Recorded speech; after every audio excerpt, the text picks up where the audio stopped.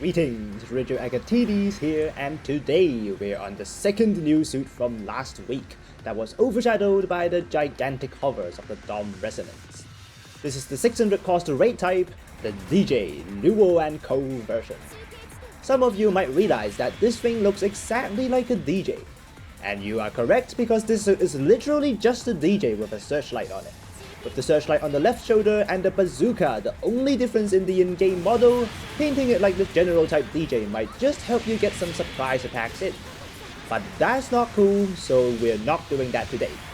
Speaking of which, when did the entire enemy team get here?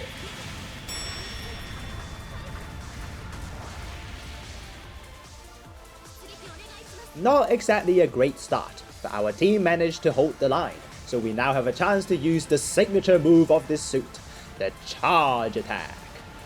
Not just any charge attack though, it is one of, if not the highest damage charge attack in the game.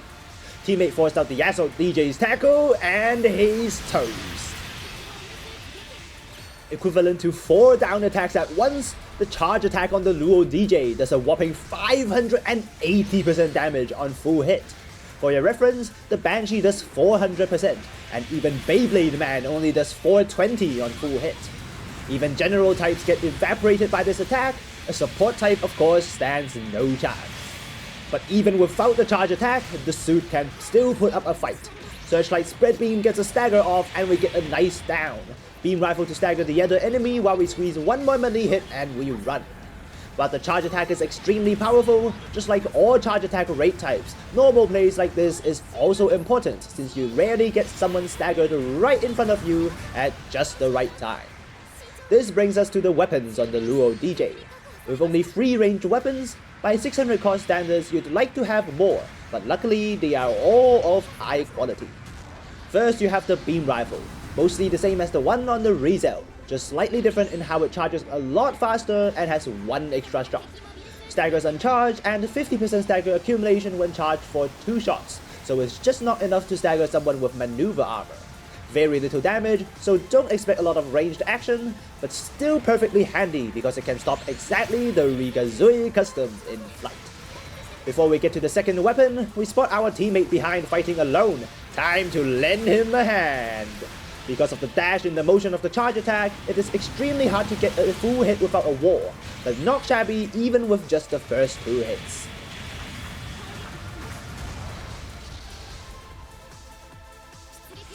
Second, respawn with a delay for a pincer maneuver. Spawn right behind the enemy's back, get the first stagger, and then it's a free melee combo as our teammate landed a strong stagger. I guess we're even now, and of course we're both nice raid type players, so we both apologize after pulling off the feels good attack. Back to the weapons, the second weapon on the Luio Dijeh is what you use a lot more, the Spread Beam. This Dijeh gains this weapon simply by putting a searchlight on its shoulder, and suddenly it can do what a Dom can do. Stagger while on thrusters. With a shorter cooldown than the lower cost Doms, it allows you to get staggers and downs on the same person over and over, just like what we did to this poor Bull G. But of course, being a spread beam comes with the exact same weaknesses. The tendency to get soaked up by even the smallest shield possible, and the likeliness to miss at close ranges.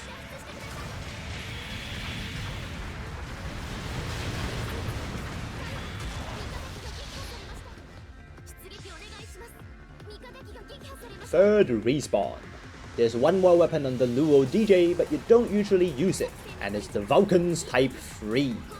Gigantic magazine, takes around 3 seconds to stagger, and literally unusable in terms of damage. Usable as a last resort for staggers, but trust your spread beam more. Gets another stagger on the Buji with that, and we know it's a down, because it's one of the rare general types with no emergency evasion. 3 melee attacks as follow-up, each doing an extra 15% because of the skill Pursuit Melee Auxiliary program. And with the spread beam cooldown at just 10 seconds, we're ready to stagger again. Lights out, and of course we get countered because the spread beam just does the spread beam thing, and hits absolutely nobody sometimes. Bit of a noof, but luckily our Angelo got our back and we get away with minimal damage taken. And of course after getting up, we just give a searchlight another go. Stagger on the Bougie, I've lost count of how many times I've downed the poor guy. Still not enough damage, that Bougie probably got some serious melee resistance given how we only do 1000 on every attack. Did a roll to dodge a missiles, but lucky us, that also dodged the superior Gundam's charge attack. Spread beam got dodged, but our teammate got the stagger afterwards and we get a melee combo for a lot more damage than on the Bougie. Finally, we should talk about the custom parts. This suit is actually quite solid as a raid type, so defensive parts might actually do better than melee damage overkill.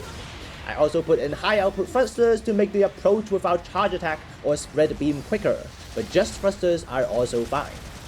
Against the Zeta Plus, we have to be careful to not get strong staggered, carefully staggering him first with the beam rifle before continuing it with the spread beam. Managed to put 2 melees in, but just not enough health to finish up the job and the game ends.